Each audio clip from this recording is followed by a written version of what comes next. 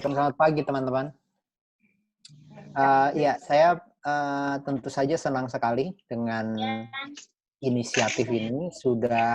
Mungkin sudah sekitar 2 bulan terakhir, saudara Haston dan Irsan sebenarnya berupaya mengontak saya. Bahkan waktu itu rencananya ingin mengundang ke Nrekang gitu. Saya senang sekali. Terakhir saya ke Nrekang itu bulan Agustus, Idul Adha tahun lalu. Itu tradisi keluarga. Ayah saya itu lahir di Malua Duri, dan kami masih punya banyak sekali keluarga, uh, sepupu, om, uh, dan keponakan terutama di Malua.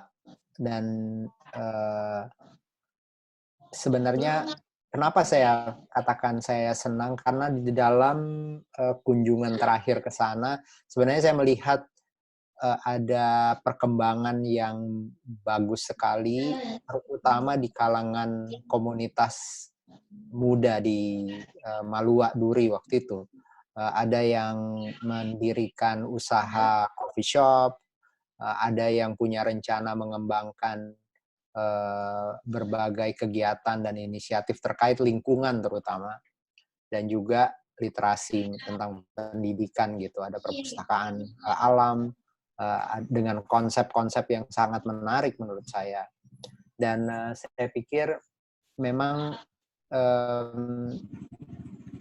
kalau dilihat ya dalam beberapa tahun terakhir, mungkin dalam satu atau dua dekade terakhir, itu pengembangan daerah, pengembangan wilayah, pengembangan desa itu betul-betul salah satunya itu sangat bergantung dari kalangan muda.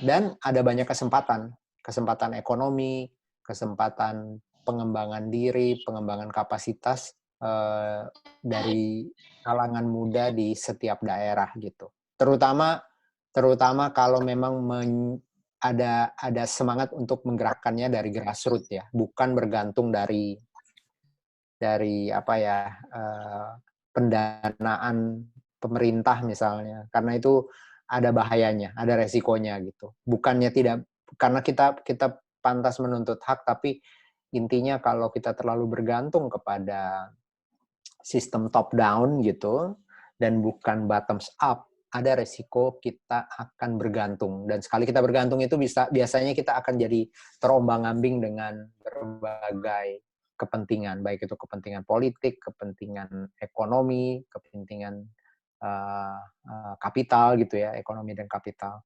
Jadi saya senang sekali dengan inisiatif ini. Mudah-mudahan kita tidak menjadi generasi yang lagi-lagi mengulang kesalahan di masa lalu, di mana semuanya harus digerakkan oleh pemerintah, tetapi kita menjadi generasi yang menggerakkan diri untuk memperkuat jaringan di bawah dan memanfaatkan keindahan alam, sumber daya alam, dan berbagai potensi yang ada di wilayah kita untuk maju. Karena contohnya banyak dan kita bisa banyak belajar dari mana-mana. Oke, demikian sih pengantar dari saya dulu. Terima kasih, Saudara Naim. Oke, ya terima kasih sebagai pengantar. Ini juga cukup menarik karena sudah banyak teman-teman yang hadir di ruang ini. Saya ingatkan lagi teman-teman yang mic-nya masih menyala sebelum diajukan pertanyaan untuk dimatikan, dan mungkin langsung saja ya Mas Riri, kita berbincang, berdiskusi bagi teman-teman yang ingin bertanya, mengupas lebih banyak hal. Silakan, saya persilahkan teman-teman yang mau mengajukan pertanyaan. Siapa dulu di antara kita? Ayo, suaranya terdengar ya? Halo ya, teman-teman silakan yang mau memulai pertanyaan, boleh, kesempatannya sekarang kita buka. Saya yang pernah saya tangkap dari Mas Riri ini adalah di ketika membuat film Aliana kalau nggak salah. yang Eliana, mencoba Eliana yang mencoba membuat karya dengan motivasi mungkin bukan alat yang ala kadarnya, tapi mencoba membuat karya yang tanpa sorot lampu yang luar biasa, tanpa kru yang banyak. Kemudian filmnya mungkin dibuat beberapa hari, kalau tidak salah, saya agak lupa juga. Yang penting saya tangkap bahwa menjadi seorang sinias itu tidak harus menunggu alat yang bagus, ide yang hebat, dan menunggu kondisi-kondisi yang baik. Tapi dalam kondisi yang seadanya mungkin kita juga bisa membuat karya. Itu yang saya ingat dulu ketika Mas Rili berujar pada saat membuat film Eliana itu. Ya, sebelum dijawab mungkin ada pertanyaan dari teman-teman. Silakan masuk teman-teman. Halo. Ya, silakan langsung saja. Halo, Assalamualaikum. Ya, langsung. Oh iya, halo Mas Riri, selamat pagi. Jadi ini tadi sempat saya mendengar pemaparan dari Mas Riri tentang terkait masalah film ya. Jadi ini yang saya mau tanyakan, kira-kira apa sih yang menginspirasi Mas Riri sehingga terjun ke dunia produser film? Itu yang pengen saya tahu supaya siapa tahu nanti kita juga terinspirasi. Ya, itu saja. Terima kasih ya pertanyaannya. Oke, pertama-tama tentu saja saya itu melihat mungkin dari pendidikan gitu ya, karena dari awal saya melihat saya berpikir tentang atau hal yang mendorong saya itu adalah kreativitas, mencipta, membuat sesuatu dan mengkomunikasikan sebuah ide gitu. Nah, itu yang sebenarnya menjadi pikiran saya di waktu saya masih di sekolah menengah gitu. Jadi yang saya ingin lakukan itu sesederhana itu. Saya ingin menyampaikan sebuah pemikiran, sebuah ide. Dan bagaimana saya masuk kemudian adalah karena waktu itu tidak banyak. Ini saya lulus SMA di tahun 1988, kurang lebih 30 tahun lebih yang lalu gitu ya. Dan saya memilih gitu karena kebetulan ada satu kakak yang mengambil jurusan seni rupa, ada satu kakak yang mengambil jurusan arsitektur. Tentu saja itu mempengaruhi saya. Dan kesenian itu atau proses kreatif itu, baik kita menjadi penulis, menjadi perupa, menjadi arsitek, itu adalah sebuah penguasaan terhadap medium, ya, penguasaan terhadap media untuk dijadikan sebagai sarana menyampaikan ide dan gagasan. Nah, itu yang pertama.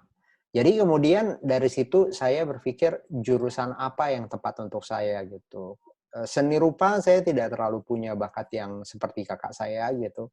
Tetapi saya suka fotografi dan saya suka ilmu konsep-konsep penceritaan. Itu saya suka. Saya menyukai musik yang saya suka adalah musik yang punya konsep penceritaan, yang konsepnya jelas gitu bahwa ingin menyampaikan ide. Nah, itu yang saya selalu jadikan pegangan kepada saya, dan akhirnya saya menemukan jurusan sinematografi. Nah, ketika saya menemukan jurusan sinematografi itulah semua saya berpikir bahwa audio dan visual ya itu adalah puncak dari sebuah medium berkomunikasi. Jadi dengan video yang ada gambar dan ada suaranya itu, saya bisa bercerita, saya bisa menyampaikan ide, saya bisa menyampaikan pesan gitu. Dan ternyata saya di sekolah film, waktu itu saya masuk kemudian ke sekolah film, di situ saya belajar bahwa film itu begitu luas kemungkinannya. Dan film itu tadi seperti Naim katakan gitu ya, di dalam prosesnya saya menemukan bahwa film pun ada banyak ragamnya gitu ketika kita belajar gitu. Bahwa film itu tidak hanya seperti film-film Hollywood yang kita nonton di bioskop yang biayanya besar, harus ada adegan perkelahiannya, ada jagoannya, ada musuhnya, ada korbannya gitu, ada orang yang lemahnya gitu. Enggak, film itu lebih luas gitu. Dan akhirnya saya mengenal juga bentuk-bentuk seperti film dokumenter, film dokumentasi, film dokumenter, film pendidikan. Kalau seumpama teman-teman tahu, dulu pertama kali saya terlibat di dalam produksi film itu adalah salah satunya adalah serial Anak Seribu Pulau yang nanti akan diputar lagi di TVRI. Salah satu lokasinya itu di Tanah Toraja, ya, di Rantai Paus sekitarnya. Itu saya yang buat ketika saya berusia 23 tahun. Jadi saya mendapat kesempatan untuk membuat sebuah film, film dokumenter sepanjang 22 menit gitu. Dan ketika ditanya kemana saya mau, lokasi mana yang saya mau bikin, karena film itu adalah sebuah serial tentang kisah-kisah kehidupan anak-anak Indonesia dan bagaimana mereka hidup di tengah alam dan budayanya gitu. Di seluruh Indonesia, dari Sabang sampai Merauke. Ketika ditanya saya mau bikin di mana, saya langsung angkat tangan, saya mau bikin ke Toraja. Karena menurut saya dekat gitu. Itu Toraja itu di Sulawesi Selatan dan saya kebetulan lahir di Makassar, ayah saya orang Enrekang, ibu saya orang Goa gitu. Saya pengen cerita tentang tempat saya. Nah, intinya apa inspirasi saya? Saya ingin menguasai sebuah medium di mana saya bisa menceritakan apa yang saya serap dari lingkungan saya. Baik itu kebiasaan-kebiasaan hidup, ya budaya berarti kemajuan-kemajuan, harapan-harapan, termasuk juga tantangan-tantangan. Maksudnya berbagai persoalan yang ada di negeri kita. Itu adalah aspirasi saya gitu. Itulah sesuatu yang ingin saya ceritakan melalui film. Begitu, Mega, mudah-mudahan menjawab ya. Itu kira-kira inspirasi saya gitu. Jadi jangan salah, film itu bukan puncaknya. Justru film itu adalah medium untuk mencapai sebuah puncak pemikirannya gitu. Jadi itu yang buat saya sangat menarik. Sehingga film itu pun dia ada berbagai bentuk, berbagai format, termasuk di dalam kondisi kita sekarang ya. Sekarang ini saya sudah 2 bulan tidak bisa membuat film seperti konsep saya membuat film biasanya. Karena sekarang kami semua harus tinggal di rumah. Di Jakarta ini saya tinggal di Bintaro di daerah Tangerang Selatan. Saya udah bekerja kurang lebih 7 minggu hanya di rumah. Mencoba mengkoordinasikan semua pekerjaan atau menjalankan pekerjaan melalui Zoom dan melalui Google Meet gitu. Sambil menulis konsep, mengirimkannya, mempersiapkan semuanya gitu. Jadi apa ya, kita harus adaptif gitu, kita harus bersedia, dan sekarang saya mencoba lagi mempelajari film-film yang kecil gitu ya. Seperti tadi Naim pancing itu, mungkin kita semua harus menghadapi sebuah budaya baru. Bagaimana film itu dibuat gitu. Itu yang sekarang sedang saya coba lakukan. Terima kasih pertanyaannya. Mudah-mudahan menjawab ya.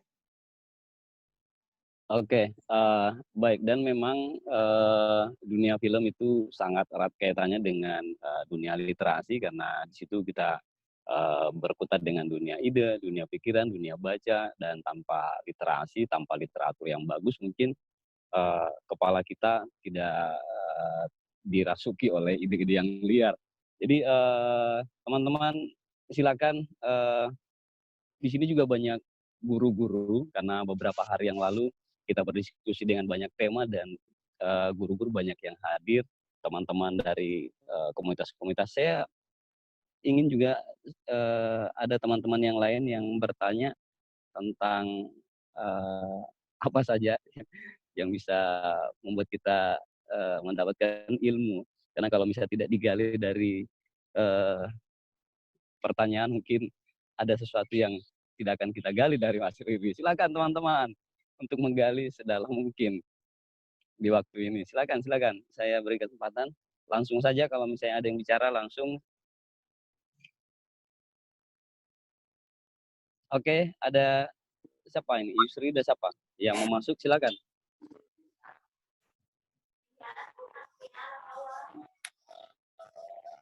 Ada yang mau masuk lagi?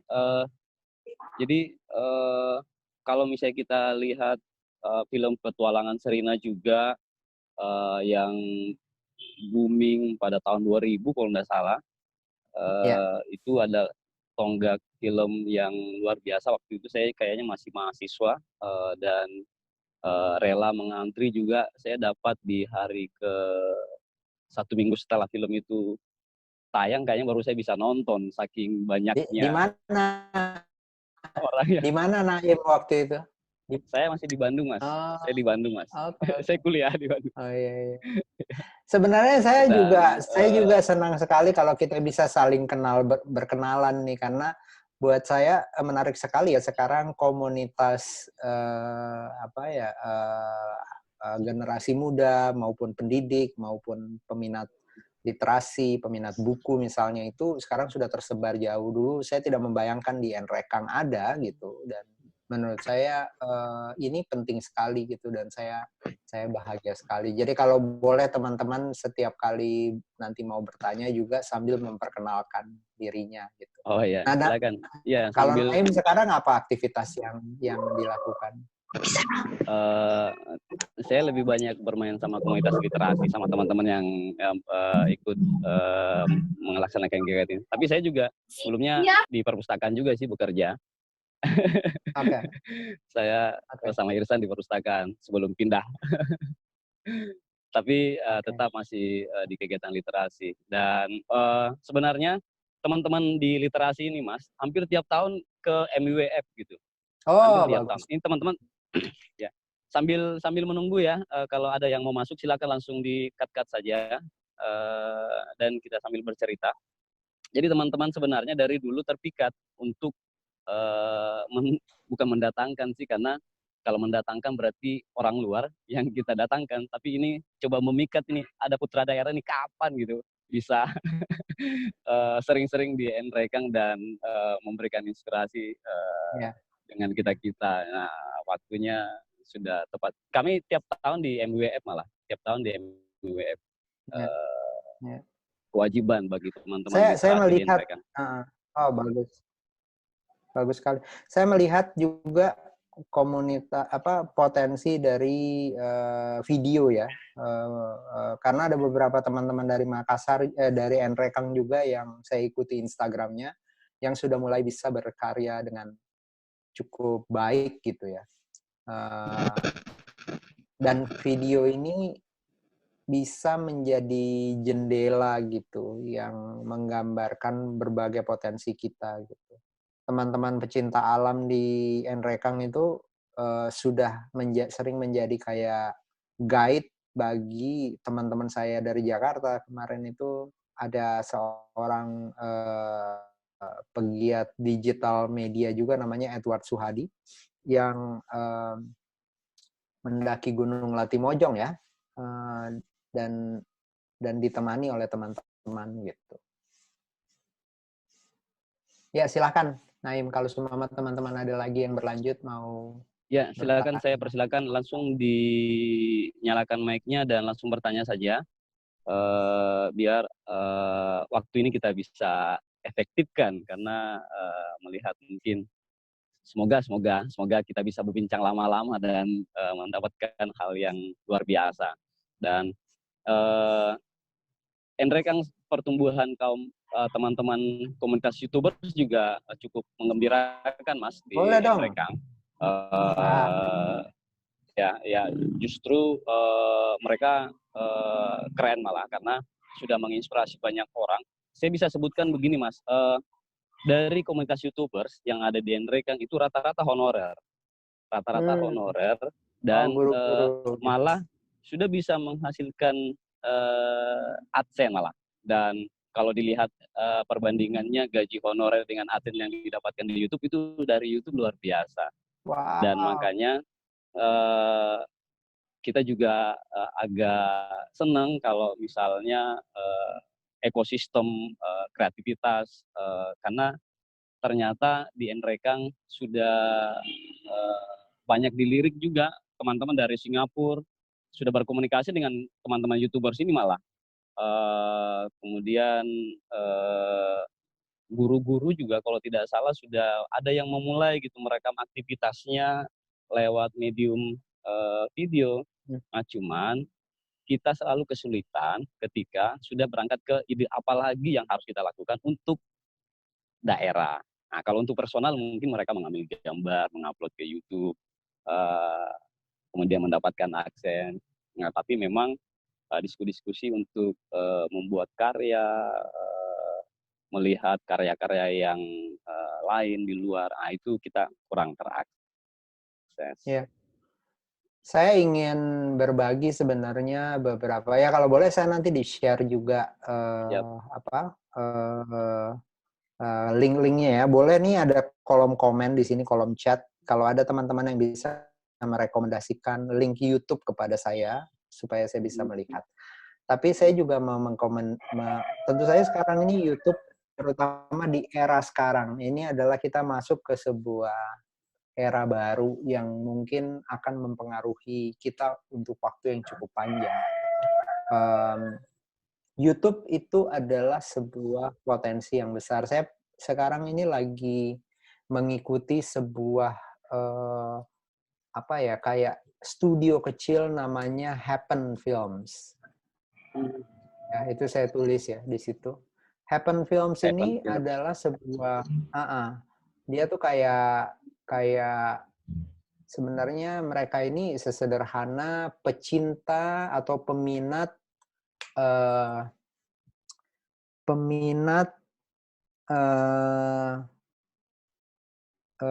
budaya permakultur, ya.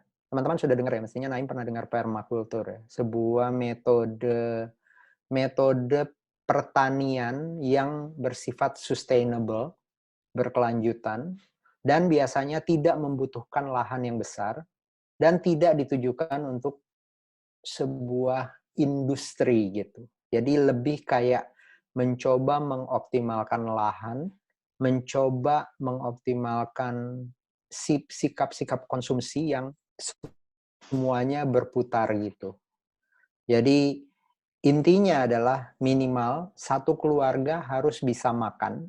Paling tidak 70-80% itu konsumsinya itu tidak bergantung pada sistem industri di luar. Jadi kayak kemandirian pangan untuk komunitas dan keluarga gitu. Dan yang sifatnya berkelanjutan. Jadi semua semuanya organik, semuanya sistem composting yang mengandalkan mengelola sampah menjadi kompos gitu. Mengurangi emisi dan konsumsi gitu semaksimal mungkin. Nah, jadi ini dia nih barusan contohnya video-video yang mereka buat. Jadi Happen Films ini sudah menjadi kayak studio gitu, dan saya pikir dia juga bisa menjadi semacam kolektif gitu untuk para pembuat video gitu. Misalnya kalau di Nrekang ingin membuat sebuah kolektif video channel gitu yang ditujukan khusus untuk misalnya melihat potensi-potensi alam, potensi lingkungan, dan juga inisiatif-inisiatif positif gitu di Nrekang. Dan membuatnya dalam video-video sepanjang 6-10 menit gitu. Ini permakultur ini polanya seperti ini gitu. Orang-orang yang bekerja dengan hampir betul-betul memanfaatkan lahan yang tersedia saja, sayur-sayuran, buah-buahan, memelihara ayam yang kotorannya kemudian bisa menjadi kompos, dan ayam itu juga bisa makan dari perkebunan itu gitu. Dan semuanya sangat mengandalkan sistem kolektif komunitas gitu. Termasuk mereka kemudian memproduksi rangkaian video-video, karena video ini bisa menjadi kayak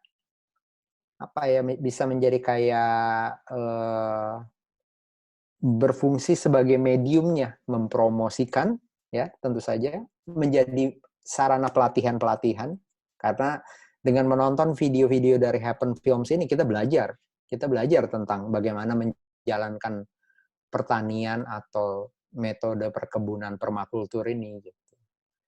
Dan ini banyak di komunitas kopi juga, tentu saja teman-teman sudah tahu ya model-model video-video yang mempromosikan pertanian kopi gitu misalnya di mana-mana, itu juga sangat bagus gitu.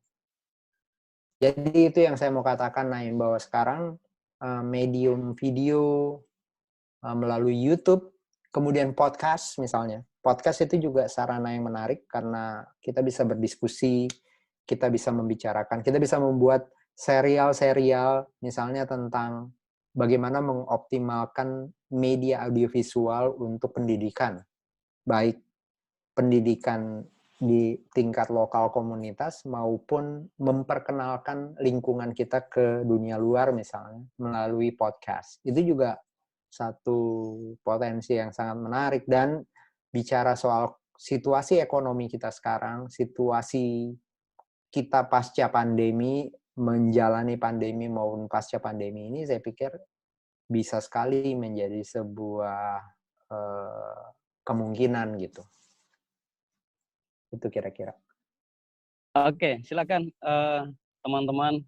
Sudah banyak sekali cerita dari Mas Riri, dan ini sudah ada puluhan orang di dalam sini, Mas Riri, dan kayaknya masih terpukau dengan cerita-cerita yang diceritakan. Tapi ya lebih bagus kalau misalnya ada yang menggali lebih dalam lagi nih. Silakan teman-teman. Seperti diskusi kami kemarin bersama Irsan juga, bersama Mustin juga, yang mencoba melihat sebenarnya sama deh kalau misalnya kemarin diceritakan di Cap Capung kalau nggak salah, halaman YouTube-nya Cap Capung, mirip-mirip dengan yang di share sama Riresa di situ, mencoba mengupas pengusaha-pengusaha muda yang bermain di wilayah lingkungan juga sih gitu, agro dan segala macam. Silakan Musdin, Irsan. Sebenarnya kita juga kemarin mencoba mengundang Bapak Bupati untuk bisa bergabung. Saya tidak tahu apakah Irsan beliau sudah masuk atau belum. Karena kita juga berharap ada sebuah ungkapan atau semangat yang bisa diberikan kepada kita nih kalau misalnya Pak Bupati masuk di halaman kita hari ini. Ya, kita sambil menunggu juga teman-teman yang lain untuk bertanya. Silakan kalau misalnya mau bertanya langsung ngedikat, nggak apa-apa, langsung saja. Halo. Mungkin kayaknya. Ya, siap langsung. Siap. Siapa kan ini? Ya, silakan langsung perkenalkan diri dan langsung bertanya boleh. Halo. Ya, suaranya masuk ya. Halo. Cek. Ya, masuk. Ya, halo. Selamat pagi Bang Riri. Selamat pagi. Iya, saya mohon maaf ada sedikit kendala jaringan. Saya sangat antusias akan pertemuan kita pada pagi hari ini. Semalam saya juga sempat mereview kembali bagaimana wawancara Bang Riri di Lokadata tempo hari terkait film pertama Bang Riri. Tetapi saya ingin lebih menggarisbawahi yang sesuai dengan tema kita pada pagi hari ini, yaitu film dan literasi. Khususnya film-film Bang Riri yang terkait dengan pendidikan, semisal Laskar Pelangi, yang sudah dikenal banyak orang, dan semacam Sekolah Rimba, dan isu-isu pendidikan lainnya. Nah, saya ingin tahu bagaimana Bang Riri ini mencoba mengintegrasikan antara literasi pendidikan dan dengan film ini, Bang Riri. Sehingga sudut pandang Bang Riri itu kelihatan jelas di filmnya. Kira-kira seperti itu. Baik. Mungkin itu aja Bang Riri. Makasih banyak Bang Riri. Selamat pagi. Pagi. Terima kasih Musdin. Oke. Yang pertama begini, bahwa saya justru dimulainya itu dengan pemahaman atau mencoba untuk memahami betul karakter dari film yang saya akan buat. Saya harus punya tanggung jawab Dan saya biasanya tidak bekerja sendiri ya, saya punya produser, Mira Lesmana itu produser yang bekerja bersama saya, memproduce film-film yang saya buat gitu. Dan kami minimal punya pemahaman yang sama tentang apa itu film dengan berbagai potensi, kekuatan, karakter, dan kelemahannya. Diawali dari sebuah proses belajar yang cukup panjang tentang film. Ya seperti saya cerita tadi di awal, saya sekolah film. Saya bukan berlatar belakang pendidikan atau sekolah tentang pendidikan atau humaniora misalnya. Tapi saya datang dari sekolah film. Itu yang nomor satu harus dipahami betul. Bahwa saya tidak mematok diri saya pembuat film pendidikan misalnya. Enggak. Tapi saya adalah pembuat film. Jadi saya bisa bercerita tentang apa saja melalui medium film ini. Nah, pemahaman saya tentang karakter film ini penting. Pemahaman terhadap karakter film ini penting. Nomor satu, film saya adalah film yang saya ingin putar di bioskop untuk massa, untuk publik. Bukan untuk pengamat pendidikan. Bukan untuk guru, bukan untuk aktivis pendidikan. Tapi saya ingin membuat film untuk publik. Seluas mungkin. Jadi unsur-unsur yang memenuhi kriteria sebagai film hiburan untuk massa itulah yang saya jadikan pegangan. Nah, ketika saya membaca misalnya novel Laskar Pelangi karya Andrea Hirata, saya justru tertarik dengan kisah-kisah manusia yang ada di dalamnya. Dengan berbagai potensi yang dimilikinya untuk menjadi sebuah film yang saya pahami sebagai film. Ada cerita karakternya, ada perjalanan karakter yang penuh drama di dalamnya. Sampai ada misalnya kayak krisis tokoh dan klimaks yang membuatnya hampir gagal, sampai akhirnya dia berhasil. Jadi pemahaman terhadap karakter dari cerita tersebut yang membuat saya tertarik. Karena saya melihat potensi yang besar. Saya dan produser saya dengan Mbak Mira waktu itu melihat bahwa ini potensinya besar sekali untuk menjadi film.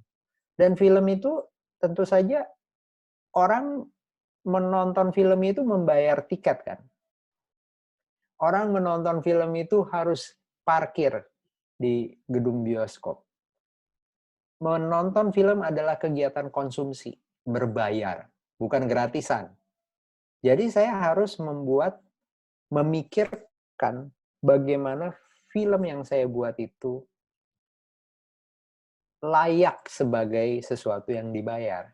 Jadi harus punya kualitas hiburan, kualitas yang engaging atau memikat gitu. Daya pikatnya harus kuat. Nah, itu dulu prinsipnya.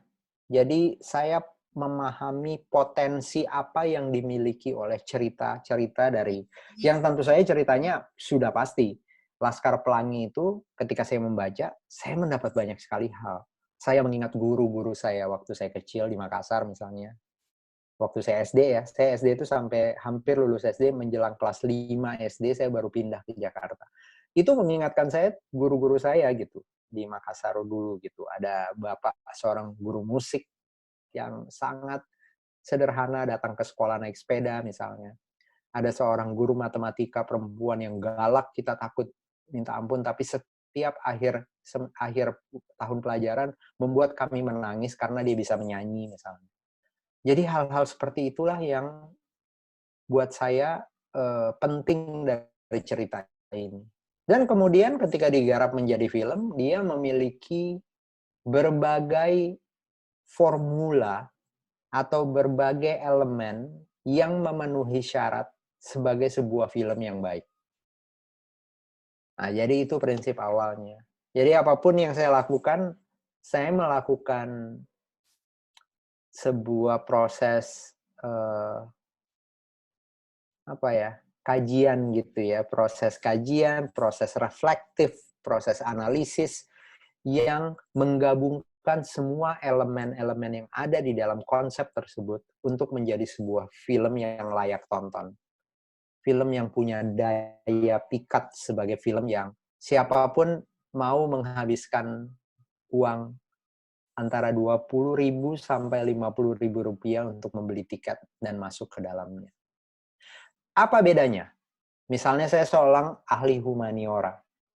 Ketika saya menjadi seorang ahli humaniora, saya akan membuat film yang bertitik berat kepada menyampaikan pesan-pesan pendidikan.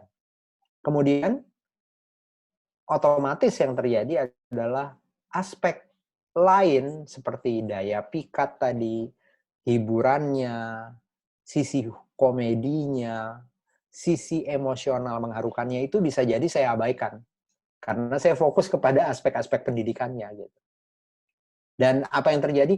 Filmnya itu mungkin dia juga film yang layak ditonton, tapi tidak akan membuat orang ingin menghabiskan uang 20.000 sampai 50.000 ngantri cari parkir di sebuah gedung bioskop untuk masuk dan menonton. Nah, jadi keseimbangan itu ya. Keseimbangan itu yang saya pikir menjadi penting gitu. Nah, dan semua cerita-cerita, walaupun dia adalah cerita literasi, cerita tentang pendidikan di dalam film-film saya itu, tetap aja intensi saya adalah ingin membuatnya menjadi sebuah film hiburan. Makanya kalau kita melihat sekarang, ada kemarin ini selalu dilakukan ya di Indonesia ini, mereka sangat terobsesi dengan prestasi-prestasi ekonomi. Dan selalu ada yang membuat list 10 film terlaris Indonesia sepanjang masa. Laskar Pelangi itu satu-satunya film yang ada nuansa pendidikannya di dalam situ. Selebihnya itu semua film-film komedi, film-film cinta remaja, film horor misalnya. Kalau kita mau katakan 10 film terlaris. Film Laskar Pelangi itu satu-satunya film yang memiliki keunikannya tersendiri, dan saya pikir itu bisa sekali menjadi sebuah kajian yang menarik. Karena kalau dilihat-lihat, kami tidak berniat bikin film pendidikan, kami ingin membuat film. Gitu. Mudah-mudahan menjawab ya, Musdin ya, dan teman-teman mudah-mudahan punya bisa melihat sesuatu dari itu. Ya, makasih banyak Bang. Oke. Makasih Kak Musdin. Yang lain mungkin karena memang kita juga ingin mencoba membuat daya pikat ini supaya kita bisa sering-sering membuat Mas Riri membuat sama yang dilakukan di Makassar, ada Rumata. Mungkin kalau di Enrekang nanti akan ada diskusi yang menarik supaya Mas Riri juga bikin satu tempat kebudayaan, tempat bagi kita semuanya bisa bersama-sama menggali ide berkarya di sini, bukan hanya kita harus ke Makassar, ke Rumata, tapi mereka mesti ada Mas Riri selain Rumata. Jadi bisa hadir di Enrekang ke depan. Silakan teman-teman. Silakan teman-teman. Ada yang mau bertanya? Ada Bung, di sini ada Ohe Magenta kalau tidak salah. Ini salah satu fotografer atau yang juga mulai membuat video dengan kualitas yang bagus di dalam sini. Silakan, saya persilakan untuk bertanya. Mungkin ada yang mau ditanyakan, Mas Ohe. Mas Ohe, mendengar Mas Ohe? Kesempatannya kalau belum bisa, silakan yang lain. Ada siapa di sini? Ada Atta, Fadli Bumi, ada. Halo. Oh ya, Ohe sudah masuk. Silakan, halo. Silakan. Ya, silakan. Ya. Ini putra bawah juga, terima Mas kasih. Oke. Halo, terima kasih. Halo, masuk. Halo. Ya. Oh ya. Masuk. Oke. Selamat pagi, Mas Riri. Selamat pagi. Iya, saya Ohe. Kebetulan saya seorang fotografer. Nah, kemudian akhir-akhir ini ada mungkin sekitar 1-2 tahun belakangan ini saya beralih ke video gitu. Beralih ke video.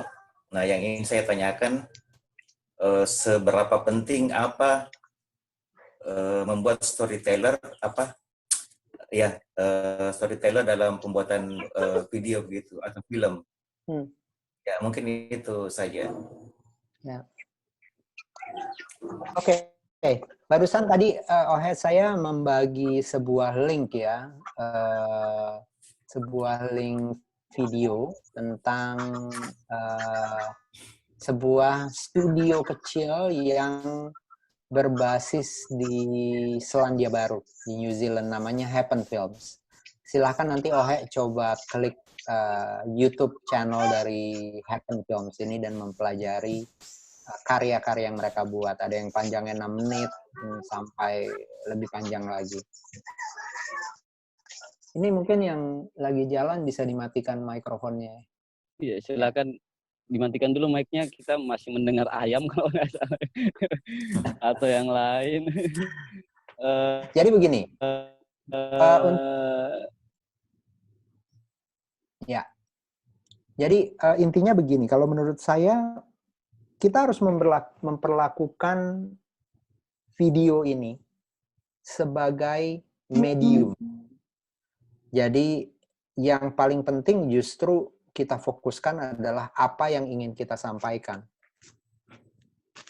Nah, jadi nomor satu, setiap konten ini, dan mungkin jangan dulu berpikir terlalu panjang ya.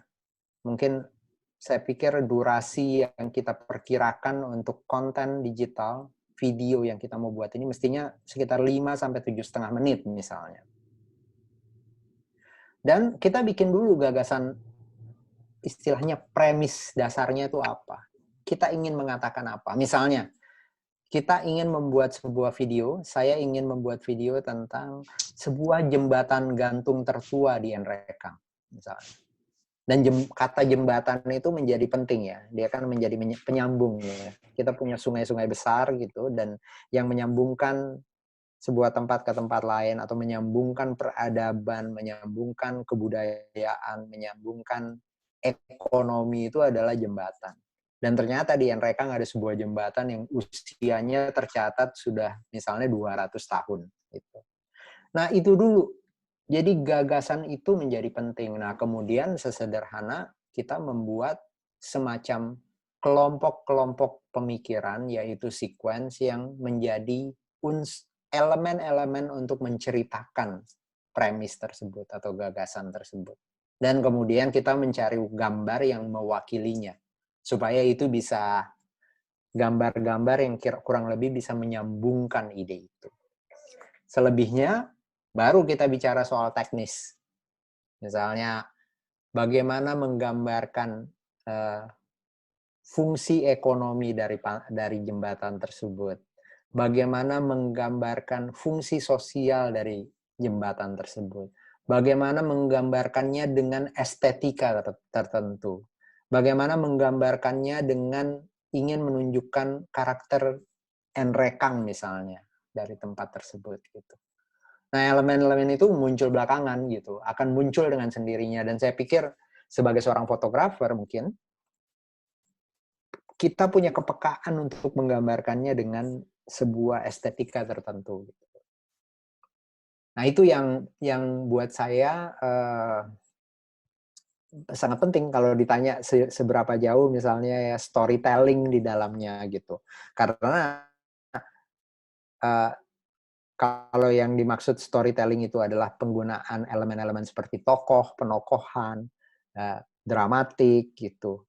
Itu penting tentu saja. Itulah yang bisa membuat viewer kita itu betah atau merasa dirinya ada di dalam situ. Ketika viewers ini merasa dirinya ada di dalam situ bahwa wah ini kisah hidup saya nih. Tadi saya cerita tentang Laskar Pelangi. Saya membaca novel itu dan membayangkannya menjadi film itu sebagai penonton. Apa sih yang kira-kira menarik buat saya untuk mengikuti film ini? Ya harus ada tokoh guru, harus ada tokoh seorang anak dengan berbagai keragamannya, ada yang rajin dan bersemangat, ada yang sangat seniman, ada yang minoritas, dan seterusnya gitu. Nah, itu fungsi storytelling-nya mendukung penyampaian gagasan besarnya. Tetapi yang paling penting gagasan besar dulu, Bung Ohe. Kita harus punya gagasan besar, baru kemudian baru kita mengurainya dengan sequence visual yang mendukung gagasan besar tersebut. Begitu sih, mudah-mudahan bisa menjawab ya. Halo. Oke, masuk yang lain. Halo. Silakan. Iya, Halo. makasih Mas Ohe sudah bertanya. Halo. Ya, silakan. Halo. Masih nyambung kah? Masih ada yang mau dipertanyakan? Oh ya. Satu lagi nih Mas Riri. Ini kan tadi storytelling. Nah, kalau kita buat film itu biasanya kalau saya lihat behind the scene-nya film-film barat itu dia ada kayak dibuat storyboard begitu ya. Nah, kalau selama ini saya buat video ini saya kan berdasarkan tiba masa tiba akal begitu. Oh, ini saya ambil. Nah, kalau dalam membuat storyboard begitu sebenarnya langkah-langkahnya seperti apa? Ya, mungkin itu pertanyaan berikutnya. Terima kasih. Saya pikir storyboard itu kadang-kadang perlu, kadang-kadang tidak. Dan kadang-kadang kita jadi jangan sampai storyboard yang dipikirkan itu bentuknya, bentuk storyboard yang berupa gambar gitu. Tapi sebenarnya storyboard itu bisa juga diterjemahkan dalam bentuk shot list atau urutan-urutan shot yang mau dibuat. Karena membuat storyboard itu kan apalagi untuk film-film yang masuk dalam kategori film dokumenter ya, film yang ingin menggunakan elemen yang ada di lapangan atau di lokasi saja sebagai penceritaannya. Kita tidak perlu, maksudnya storyboard itu biasanya perlu dibuat untuk film-film yang misalnya mengandalkan visual effect atau shot-shot yang memiliki teknis tingkat kesulitan dan tingkat kolaborasi penciptaan yang rumit. Seorang sutradara seperti saya dituntut untuk membuat storyboard. Kenapa? Karena supaya saya tinggal menyerahkan itu kepada kameramen, kepada penata artistik, kepada bagian visual effect yang membuat adegan kejar-kejaran mobil. Misalnya mau membuat adegan kejar-kejaran mobil, action kejar-kejaran mobil, itu perlu storyboard. Karena saya harus berkomunikasi seterang-terangnya kepada semua pendukung produksi. Kalau kita membuat film di sebuah desa, tentang sebuah jembatan, atau tentang sebuah keluarga yang hidup dan setia dengan pola-pola hidup pertaniannya misalnya, atau prinsip-prinsip dia membangun sebuah misalnya perkebunan kopi di sebuah tempat di Cake atau di angin-angin gitu. Kita tidak perlu storyboard saya rasa. Bikin shot list aja, daftar shot. Dan dari situ kemudian kita lebih organik mencipta gitu. Kita tidak terpaksa mencipta dengan sebuah ikatan yang terlalu ketat gitu. Karena storyboard itu kan ada kecenderungan juga memaksa kita untuk mengikuti rencana-rencana gitu. Sementara ketika kita membuat film di lapangan, membuat film di lokasi, kadang-kadang matahari saja bisa membuat kita berubah pikiran kan, karena misalnya tadinya tokohnya inginnya jalannya di sini, tapi ketika kita lihat, matahari hari ini datang dari dan cantik sekali, kita bisa pindah dia ke sini supaya kita bisa mendapatkan shot dengan latar belakang matahari yang cantik. Jadi mudah-mudahan menjawab ya Bung Ohe. Yeah. Intinya jangan terjebak. Dan memang storyboard itu penting, seperti saya katakan, kalau kita lihat film-film lain, penting untuk shot-shot atau adegan-adegan dengan tingkat kesulitan yang tinggi dan membutuhkan kolaborasi yang sangat ketat gitu. Kalau enggak, nggak usah. Karena bikin storyboardnya aja mahal itu, karena harus cari ilustrator, harus cari tukang gambar yang canggih, harus jadi mahal segala sesuatu dan panjang prosesnya. Terima kasih. Oke, yang lain mungkin juga sudah mempersiapkan pertanyaan di tengah diskusi ini. Silakan masuk dan bagi teman-teman yang mic-nya masih on, kalau misalnya belum bertanya silakan. Assalamualaikum. Dan kalau mau bertanya langsung saja di Assalamualaikum. Silakan. Waalaikumsalam. Ya. Masuk. Assalamualaikum Om Riri. Ya. Fadli Bumi. Halo Fadli. Iya. Tadi pas cerita silakan nama dan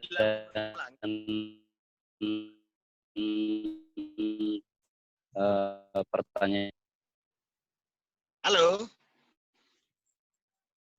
Ya, silakan. Ya, tadi pas cerita film Laskar Pelangi, saya membayangkan apa yang menjadi tantangan kalau misalnya kita buat film yang diambil dari cerita novel. Apa yang menjadi tantangannya dibanding kalau misalnya bukan dari novel. Karena kan banyak film yang akhirnya mengkompromikan cerita biar lebih filmis mungkin.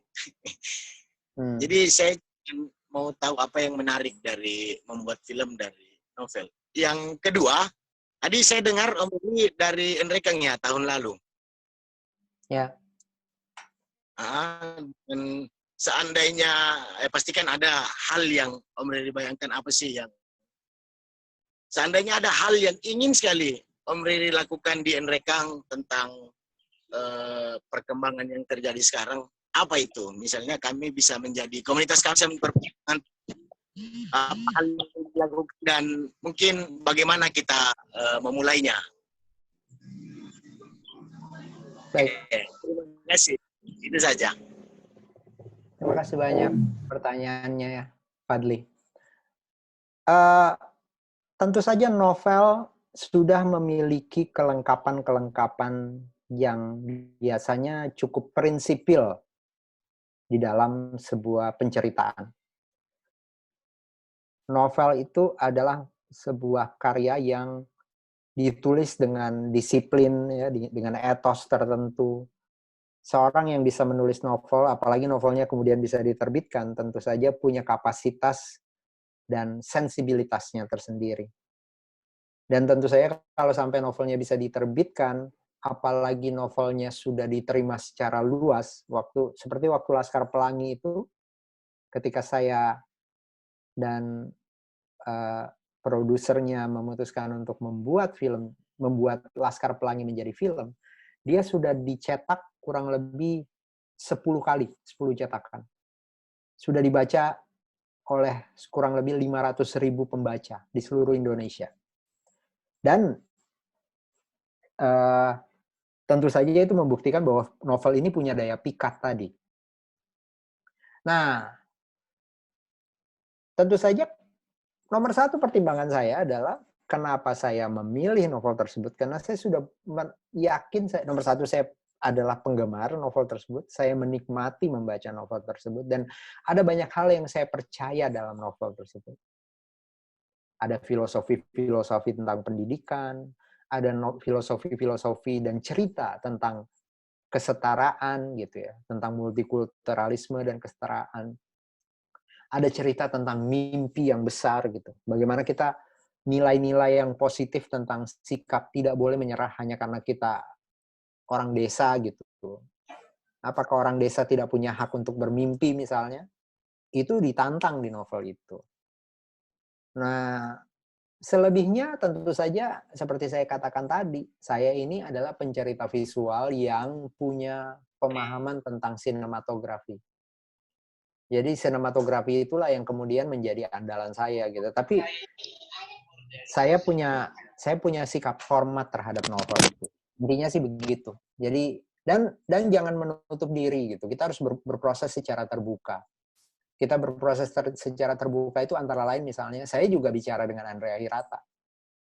Ya, Andrea Hirata itu tentu saja paling penting harus menjadi konsultan dari proses produksi filmnya gitu. Saya konstan berkomunikasi, saya tanya, lokasi ini di mana? Daerah ini di mana? Kayak apa Mahar itu? Kayak apa Lintang itu? Rumahnya itu di daerah kayak apa gitu. Dan ketika saya berkunjung ke lokasi produksi film itu, ya saya betul-betul mencari gitu. tempat tersebut gitu.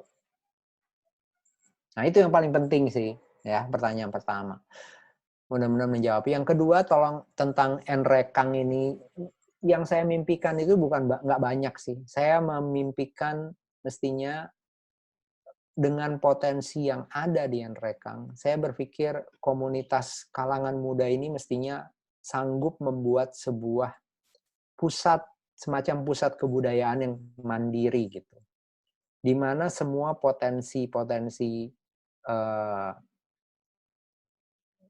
wilayah ini bisa diakses dengan cepat gitu. Ini ada di beberapa tempat di Indonesia. Misalnya ketika saya datang ke Tangkahan di kaki Gunung Loiser di perbatasan Sumatera Utara dan Aceh itu ada sebuah pusat komunitas gitu, di mana di tempat itu kita bisa ketemu misalnya guide yang bisa membawa kita melakukan trekking atau hiking atau menemani kita menjadi semacam Sherpa untuk naik ke gunung atau masuk ke kawasan Taman Nasional. Ada sebuah penginapan yang ditata dengan baik dan bersih gitu. Ada pusat-pusat untuk produksi-produksi ekonominya, misalnya hasil perkebunan, kopi, merchandise, dan lain-lain. Dan tentu saja mengembangkan bakat-bakat seni yang ada di situ. Jadi bagaimana ya tuh ya? Dan ini sangat mandiri gitu. Sangat mandiri. Udah di kaki Gunung Loiser itu, ketika dia membawa kita trekking, itu udah ada kayak semacam kreativitas yang luar biasa. Jadi kita trekking nih, kita berangkat pagi, rombongan berangkat pagi, begitu menjelang makan siang kita sampai ke sebuah sungai dan sudah ada tim yang menunggu dan mempersiapkan makan siang lokal yang enak banget gitu di tempat itu. Jadi begitu sampai makanan siap, ada ikan, ada ayam bakar, ada sayur-sayuran gitu yang dibuat semuanya, mereka bisa cerita. Ini daun kecombrangnya saya ambil dari sini. Ini ikannya kami tangkap dari situ. Ini jadi tiba-tiba semua muncul jadi satu gitu. Nah, saya pikir maka NREKANG punya semua potensi untuk mengembangkan komunitas ini ke level yang lebih tinggi gitu. Itu sih gitu. Karena sekarang ini bukan cuma problem NREKANG, tapi problem di banyak tempat gitu. Semuanya berjuang, tapi belum melihat potensi dari kesatuan gitu. Kesatuan sebagai sebuah komunitas gitu. Itu sih. Jadi mudah-mudahan saya melihat itu suatu hari nanti datang lagi ke NREKANG. Amin, amin, amin, amin.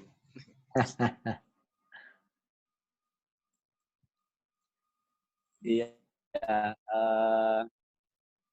ya mungkin kalau ya tadi disinggung Rumata, ya ini rumahnya. Silakan teman-teman yang lain yang yang ingin diulik. Ini Mas film Atta Membuat 36 derajat kalau nggak salah ya, yang 39 derajat Celcius. Halo. Boleh masuk, Om. Om Naim. Ya, sepertinya moderator jaringannya bermasalah. Saya backup, mungkin bisa dari Atta, silakan Atta. Iya, terima kasih Pak Micang. Ya, perkenalkan Om Riri, saya Atta. Salah satu.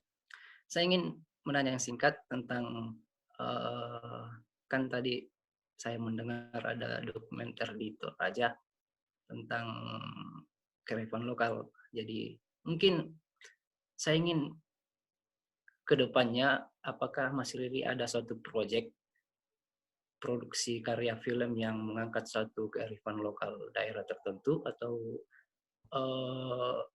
tentang tadi kan Riri mengatakan dalam film itu kita melihat banyak dimensi sosial, pendidikan, Tapi ada tidak ciri khas sendiri yang ingin kedepannya nanti ingin dibawa, atau satu garapan karya film yang mengangkat kearifan lokal daerah tertentu, seperti misalkan di Enrekang, misalkan kearifan lokal yang akan diangkat.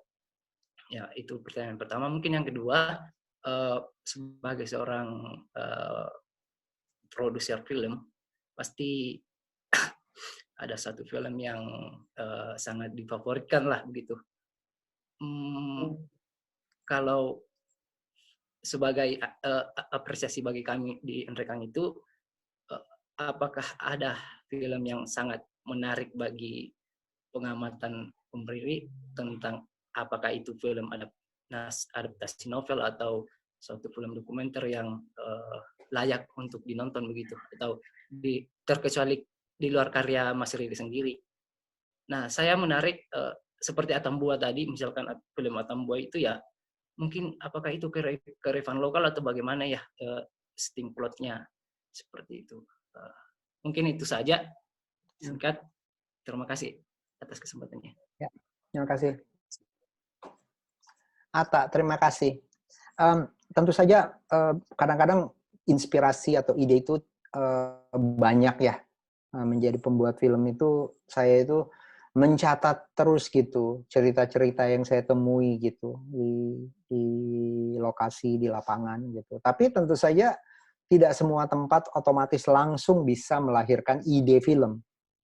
Nah, tadi merespon pertanyaan Fadli, sebenarnya kalau ditanya apa yang saya bayangkan tentang Makassar, saya justru tentang Enrekang, justru saya membayangkan nomor satu, kita harus betul-betul mengoptimalkan potensi komunitas dan anak-anak kalangan-kalangan muda dari berbagai dimensi gerakan yang hidup di Enrekang. Nah, kalau boleh mimpi saya sebenarnya itu, saya pengennya melihat itu. Ada videografer, YouTuber, ada penggiat literasi yang membuat perpustakaan misalnya di sebuah desa. Ada yang membuat warung kopi dan mengembangkan. Kopi Enrekang itu, saya kemarin mendapat kiriman dari seorang roaster sangat terkenal dari Jogja. Ada yang membuat sebuah packaging yang bagus sekali dengan nama kopi Bunangmu. Dan ternyata saya cek, ini dari mana dapatnya? Kopi Enrekang nih mas, gitu. Saya dapat kopi Enrekang bagus sekali gitu. Dan saya coba kopinya enak sekali gitu. Dan packagingnya itu bagus sekali, kayak bagaimana orang-orang di Jepang mempackage kopi. Dan ternyata dia dapat dari angin-angin, dari dusun angin-angin gitu. Nah bayangkan hal-hal seperti ini kan bisa diperkenalkan oleh komunitas di Enrekang sendiri melalui medium-medium yang lebih modern. Misalnya video tadi yang dikatakan diceritakan oleh Bung Ohe gitu. Video itu bisa menjadi medium yang memperkenalkan kita terhadap semua potensi yang ada di sini.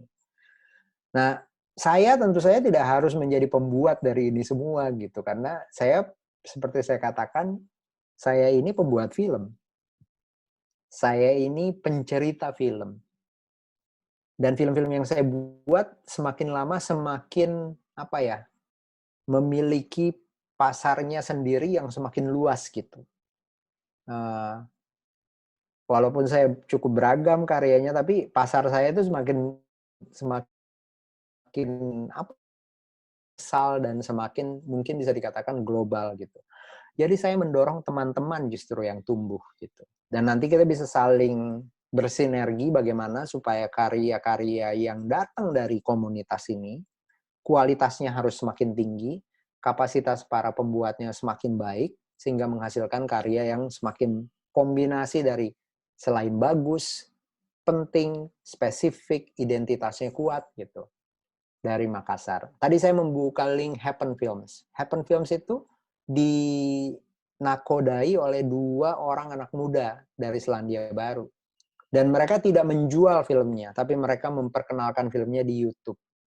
Sampai mereka kemudian punya follower, subscriber yang banyak. Kemudian mereka mulai mendapat donatur, karena misi mereka itu adalah sangat penting untuk lingkungan, untuk kehidupan. Dan akhirnya jadi besar gitu. Nah, saya sebenarnya Kalau secara cerita, saya butuh datang ke Nrekang beberapa kali. Tapi kalau concern saya sangat tinggi. Misalnya di kampung orang tua saya di Malua, saya melihat sebuah tempat yang sangat sangat punya kayak paket yang sangat lengkap gitu. Ada sungai dengan jembatan untuk memasukinya. Kemudian tidak lama kemudian kita naik ke atas bukit, dan dari bukit itu kita bisa melihat persawahan yang indah sekali di bawah. Ini punya semua potensi untuk menjadi desa dengan keindahan wisata gitu. Tapi ada problem.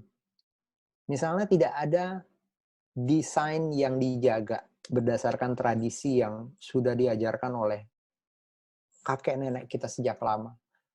Misalnya sudah mulai kelihatan orang membangun rumah di bibir sungai gitu. Sudah mulai masif pola-pola membuang sampah ke sungai. Ada bengkel yang bisa membuang onderdil motornya ke sungai. Bayangkan tuh di Malua. Sungai itu dulu ketika saya ke sana 20 tahun yang lalu, 20-25 tahun yang lalu, saya masih berani mandi di sungai gitu. Sekarang saya tidak berani lagi gitu. Ada satu komunitas yang membangun sebuah warung kopi namanya Marege di bukit gitu. Aduh, indah sekali. Di saat yang sama saya melihat problem lingkungan gitu. Tapi ketika saya jalan naik ke atas sedikit, saya ketemu dengan komunitas pembuat kopi Marege. Yang membuat kopi dengan kopinya enak, kopi asli Nrekang, jadi ceritanya banyak gitu ya. Dan memilih tempat di perbukitan yang menghadap ke teras persawahan yang menurut saya bisa bersaing dengan apa yang kita pernah lihat di Ubud misalnya di Bali. Nah, jadi kalau ditanya apa, saya belum punya cerita film, tapi saya punya banyak sekali harapan bahwa ini bisa dikembangkan gitu dan punya potensi gitu. Ya kalau cerita nanti gitu masih saya ingin cari gitu. Nah, kalau ditanya film favorit, banyak sekali. Ada satu film mungkin saya bisa ceritakan di sini, judulnya Not One Less, NOT One Less. Sutradaranya itu Zhang Yimou dari China ya. Not One Less. Ini bisa dicari mungkin di YouTube kalau ada ya. Dan ini adalah satu film yang menurut saya bercerita tentang, banyak menginspirasi saya ketika saya membuat film-film saya yang lebih rural gitu, bukan film urban ya. Film saya kan ada yang urban perkotaan, ada juga yang rural, yang lebih regional gitu. Atambua itu termasuk film regional karena dia syutingnya di yang sangat spesifik di Timor, di Kepulauan Timor Indonesia. Sama juga dengan film yang saya bikin judulnya kemarin Humba Dreams misalnya, itu juga spesifik gitu. Nah, film saya itu terinspirasi oleh film-film seperti Not One Less ini, yang bercerita tentang drama tentang guru di pedesaan di Cina, dan bagaimana ketika seorang anak remaja, ya ini tokoh utamanya, mendapat tugas untuk menjadi guru pengganti, sementara guru yang mendapat tugas ke kota gitu. Ketika dia sedang menjadi guru pengganti, salah satu murid yang harus dia jaga itu hilang. Dan ternyata diketahui ikut kendaraan menuju kota. Nah, sebagai seorang guru pengganti yang bertanggung jawab, si guru pengganti ini mengejar sampai ke kota untuk mencari satu muridnya yang hilang itu. Dan ini didasarkan pada kisah nyata. Jadi, mungkin teman-teman bisa lihat gitu bagaimana kehidupan pedesaan itu bisa sangat menarik gitu apabila digarap dengan sebuah konsep bercerita yang matang. Gitu, Atta, mudah-mudahan menjawab ya.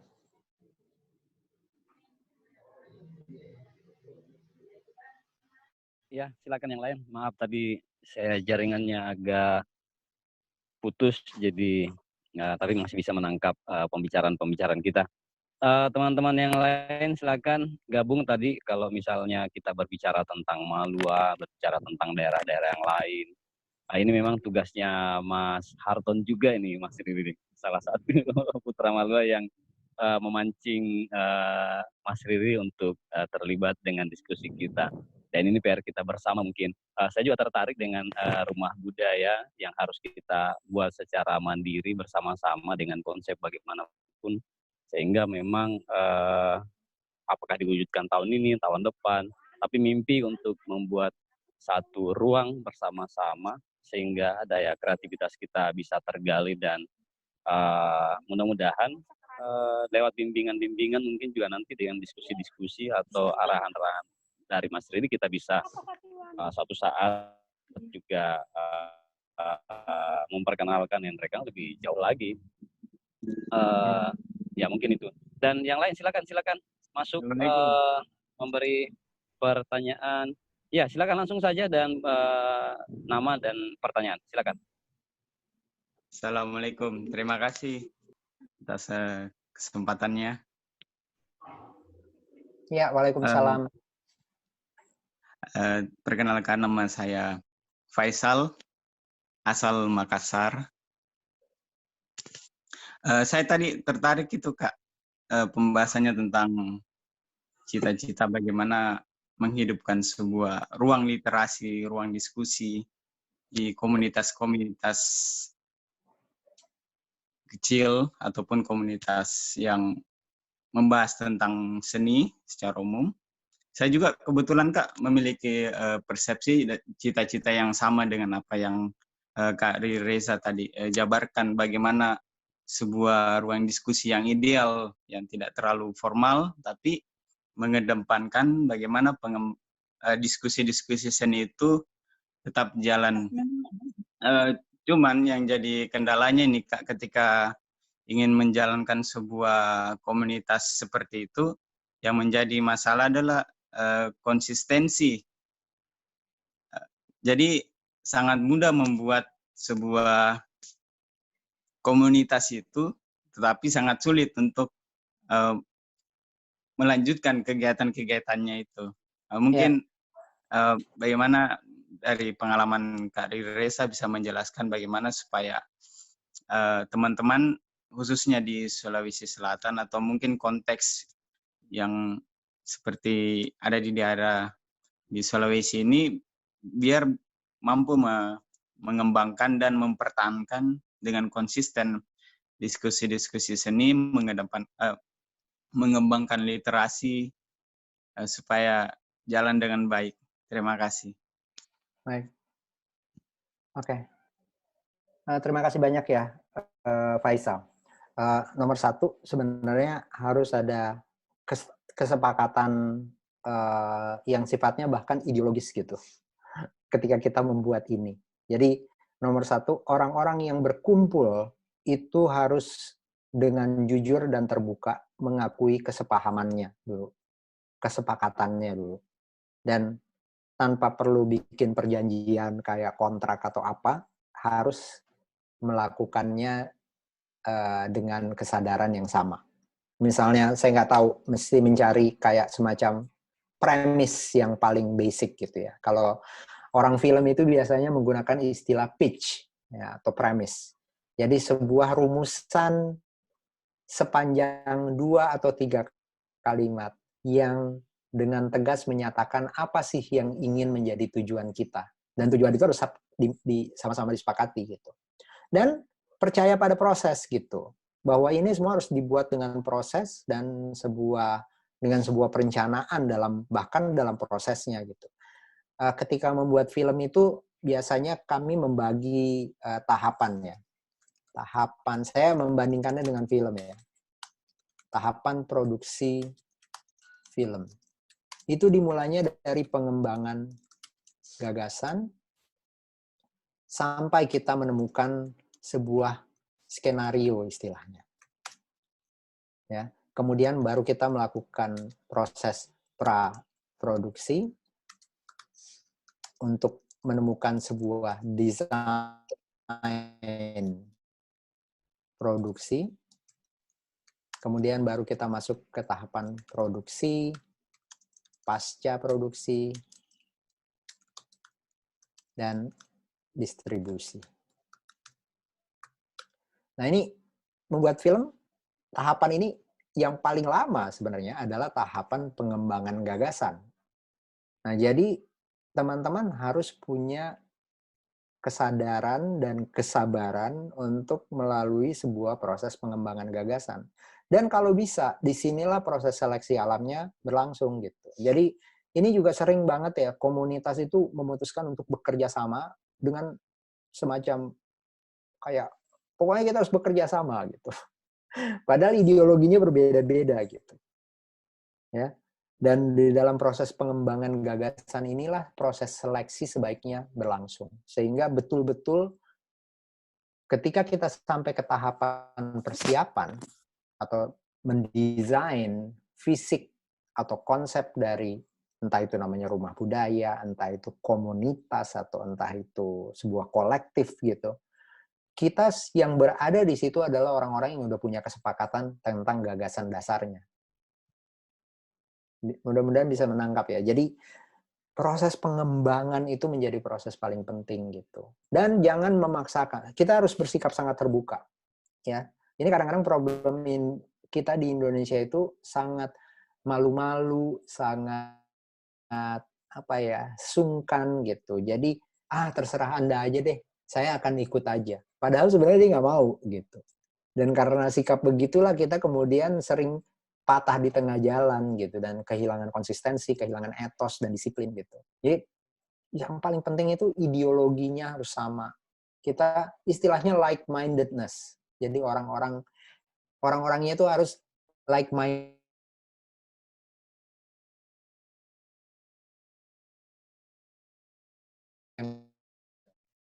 Punya kesepakatan bersama. Nah, ketika itu tidak terjadi, akan sulit sekali membangun sebuah komunitas kolektif bersama gitu. Itu yang paling penting buat saya, Saudara Faisal gitu menjawabnya. Jadi percaya dengan percaya dengan proses. Tidak mungkin segala sesuatu itu bisa dibangun besok gitu. Enggak. Kita harus mengumpulkan dulu orang-orang, kemudian secara bersama melakukan misalnya sesi-sesi brainstorming terbuka. Apa sih yang bisa kita buat? Apa sih yang bisa kita lakukan untuk mengembangkan diri kita? Kemudian pelan-pelan orang-orang yang berbeda, yang tidak memiliki kesepahaman yang sama, itu mestinya akan memutuskan membuat kelompoknya sendiri. Nah, ini proses-proses diskusi seperti ini penting gitu. Jadi kalau misalnya di awal ada 40 orang berkumpul. 40 orang berkumpul ini mestinya berdiskusi dari hal yang paling terbuka dulu sampai mengerucut sampai akhirnya mulai pelan-pelan terpecah-pecah di dalam kelompok-kelompok supaya kita nggak capek bertengkar gitu. Karena sering sekali kita tuh capek menjadi kelelahan bertengkar dan akhirnya pecah gitu. Karena apa? Karena ada like-mindedness-nya itu pecah gitu. Kesepakatannya itu belum tercapai gitu. Kemudian sudah masuk ke tahapan praproduksi tadi gitu. Ketika ide belum utuh, masuk ke tahapan produksi, waktu udah ketat, tiba-tiba kita dapat sumbangan misalnya idenya udah mulai jalan, udah mulai dapat sumbangan gedung, udah mulai dapat sumbangan uang, tiba-tiba semuanya udah berlari, sementara ide kita itu belum satu. Nah, itu yang kadang-kadang menjadi problem. Sering sekali di tahapan, kita tidak percaya dengan tahapan pengembangan itu. Saya rasa itu sih ya, yang mudah-mudahan menjawab dan sifatnya prinsipil dan penting gitu. Kalau sekali lagi saya melihat misalnya Happen Films adalah sebuah contoh. Orang-orang yang percaya bahwa kita harus punya hormat terhadap lingkungan kita. Kita tidak boleh, bumi ini sudah memberi begitu banyak buat kita, ya kita harus memberi sesuatu kembali kepada bumi gitu. Dan dengan demikian kita bisa menjalankan kehidupan yang lebih baik gitu nantinya. Terima kasih banyak Kak atas pencerahannya. Oke, silakan. Yang lain di sini ada Bang Zul juga, ada Ono, ada Irsan sekalian mungkin juga ada pertanyaan, silakan langsung memotong dan memperkenalkan diri kalau misalnya ingin bertanya dan silakan.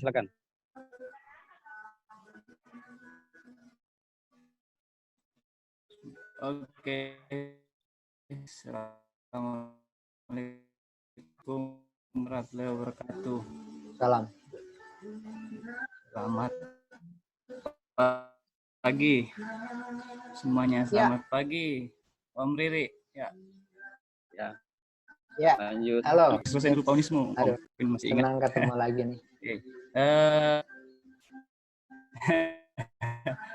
Oke, saya nggak tahu ini apa, kalaupun nanti ada terbersih pertanyaan mungkin bisa ditanggapi saja. Sama di beberapa diskusi yang sudah berlalu bahwa ternyata banyak yang disampaikan oleh Amri tadi itu sebenarnya di Endrek itu ada, Amri. Pertama kayak misalnya tadi komunitas-komunitas, sebenarnya komunitas literasi, komunitas seni dan sebagainya, tetapi yang saya perhatikan itu memang adalah kekurangan kurangnya ruang yang tadi dibahasakan, rumah berkumpulnya mereka itu yang menjadi problem sekarang. Kemarin terakhir saya rencana buat ada semacam peneliti lembaga kecil, lembaga penelitian sosial dan budaya, tapi ya sekarang nggak jalan. Itu jadi sebenarnya potensinya sudah bagus. Kemudian yang menjadi harapan mungkin adalah terkait tentang hasil atau output dari diskusi kita hari ini, pertemuan kita hari ini, seperti yang diimpikan mungkin tadi apa yang bisa kita buat setelah diskusi ini. Mungkin komunikasi lebih intens lagi, kemudian nantinya bisa kita membuat semacam apa yang diimpikan tadi, yaitu tempat berkumpulnya, karena saya kira itu yang paling penting, Omri. Tidak ada kurangnya ada seseorang atau katakanlah tidak ada orang yang bisa mengomandoi itu sehingga tercipta sebuah lembaga atau semacam rumah budaya seperti dikatakan tadi.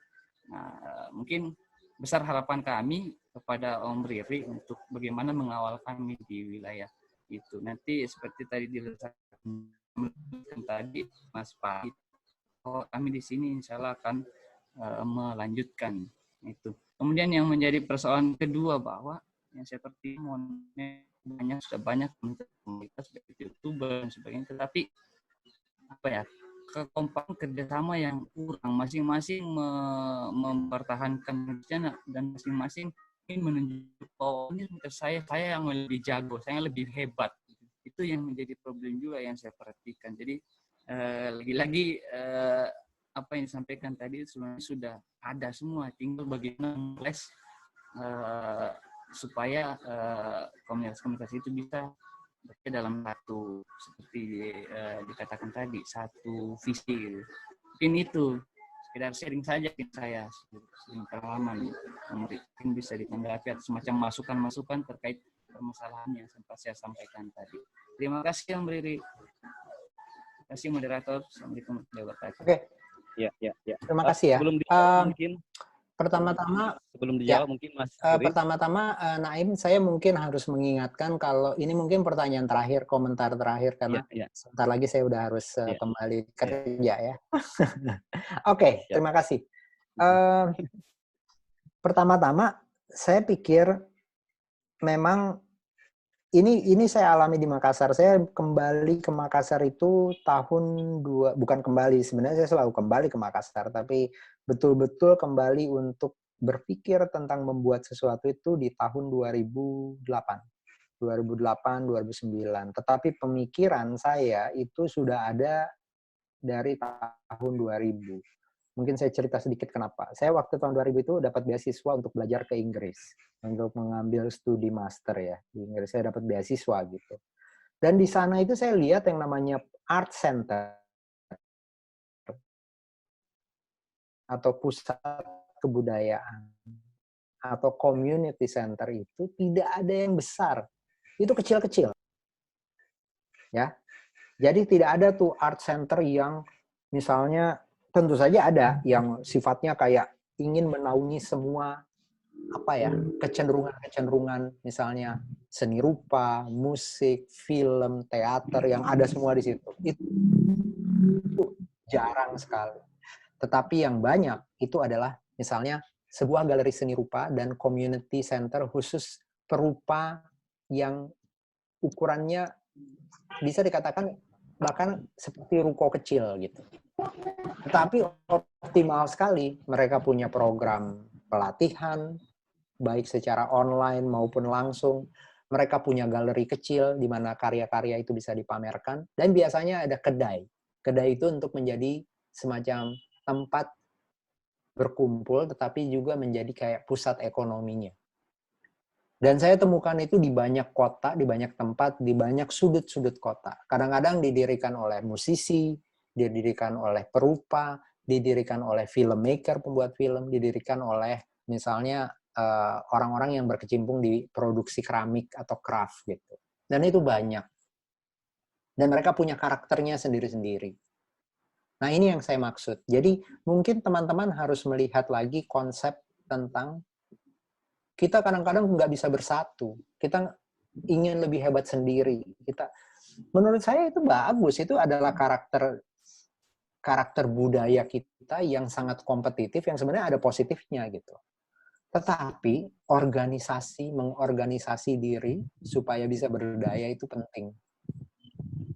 Nah, ketika saya kembali ke Makassar, ketika saya datang 20 tahun yang lalu mulai ke sana gitu ya. 12-13 tahun yang lalu itu, saya modalnya itu cuma ide sama sebuah rumah peninggalan orang tua gitu. Yang dalam keadaan terbengkalai semuanya gitu. Dan kemudian kita sempat melakukan diskusi-diskusi untuk menggabungkan semua lintas profesi yang ada gitu. Tetapi 2-3 tahun itu saya udah langsung bisa bayangkan bahwa ini nggak mungkin.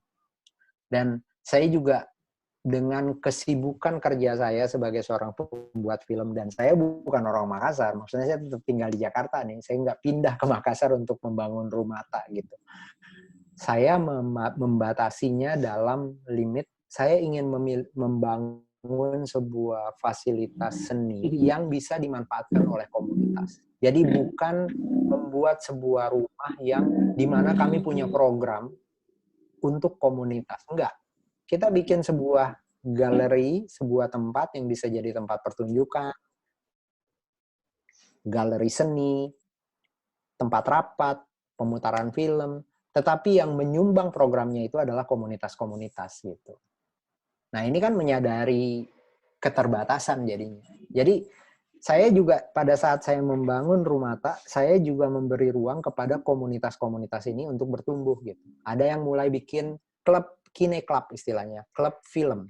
Kemudian meminjam Rumata setiap Jumat malam untuk membuat pemutaran film. Di Rumata kami menyediakan proyektor, sound system, dan ruangan. Anak komunitas film datang bikin pemutaran film dan diskusi setiap Jumat malam. Di Rumata kami punya lampu-lampu pameran seni rupa dan ruang galeri. Yang sebenarnya di Makassar paling besar. Nggak ada yang lebih besar lagi sekarang. Dan khusus untuk galeri. Komunitas seni rupa mahasiswa UNM, Universitas Negeri Makassar, itu bisa pakai dengan biaya yang sangat ringan untuk berpameran. Di belakang ada halaman luas, kurang lebih 400 meter persegi. Ada sebuah kelompok namanya Pasar Baik, Nasi Baik, yang bisa bikin kayak fair, kayak pasar bazar setiap bulan di situ, sekali sebulan, untuk menjual produk-produk lokal, kerajinan lokal, buku, dan kemudian saling berinteraksi antar komunitas 1 kali 1 bulan. Jadi itu semua bukan datang dari Rumata, itu komunitas yang datang dan memanfaatkan sarananya Rumata.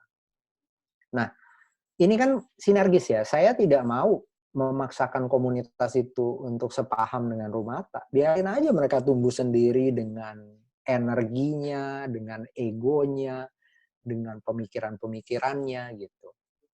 Komunitas seni rupa juga biarkan saja tumbuh sendiri gitu. Kami berada di tengah aja. Mereka tinggal datang, tapi kami menuntut mereka profesional ya. Maksudnya gini, kami menyiapkan SOP penggunaan fasilitas. Jadi kalau tidak organize, tidak punya organisasi yang baik, tidak bersedia menaati aturan yang ada di Rumata, mereka tidak akan bisa memakai. Walaupun biaya penggunaannya sangat rendah gitu. Tapi ketika kita masuk ke Rumata, kita harus mengikuti aturan yang ada di Rumata. Rumata ini organisasinya kecil, yang istilahnya bekerja dan digaji itu cuma 3 orang. Selebihnya itu volunteer. Volunteernya banyak gitu, yang bersedia membantu. Dan itulah yang menyelenggarakan 2 program utamanya itu sebenarnya cuma Makassar International Writers Festival dan satu program yang saya bikin itu Sea Screen Academy, pelatihan film. Ini sebenarnya kalau dipikir-pikir sederhana dan tidak perlu dipikirkan kekompakan itu gitu. Percuma, itu buang-buang waktu gitu. Yang penting kita sikapnya terbuka dan jadi menurut saya nanti komunitas ini harus membangun dirinya dulu. Yang suka fotografi membangun komunitas fotografi. Dan nanti di dalam komunitas fotografi sendiri bisa jadi ada stream lagi tuh. Stream maksudnya fotografer atau videografer yang memfokuskan pada ekoturism misalnya.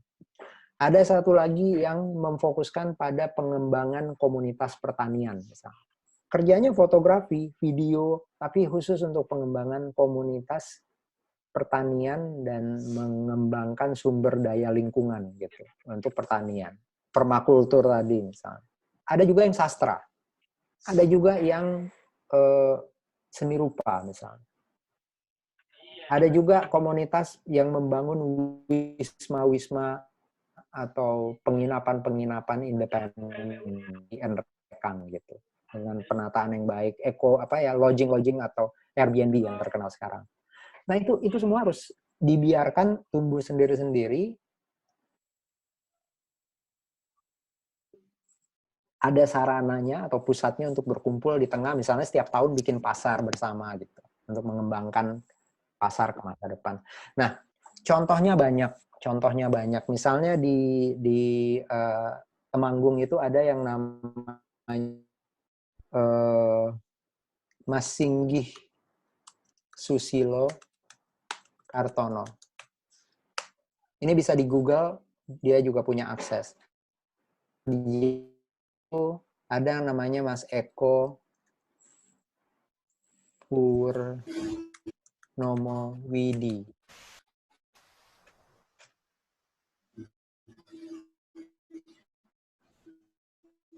Ini kalau Singgih itu kalau Mas Eko ini di Bandung. Jadi ini melihatnya itu harus agak sedikit terbuka gitu, dan terbuka juga dengan perbedaan-perbedaan. Itu kan maknanya banyak. Terbuka juga dengan perbedaan-perbedaan. Ini ada yang nggak matiin mikrofonnya nih, berisik banget nih, terlalu keras.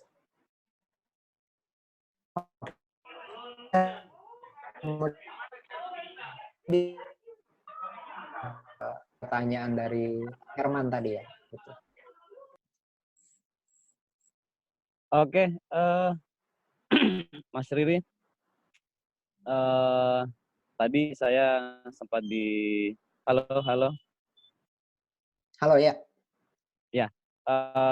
Ya, teman-teman, karena waktu juga yang sedikit singkat, tapi sebelum kita tutup, Mas, ini yang punya konsep acara dari tadi ngamuk-ngamuk pengen bertanya sebenarnya Mas Irsan, satu mungkin pertanyaan buat Mas Riri dan kemudian dijawab dan kita tutup untuk menyampaikan pertanyaannya sebelum kita tutup.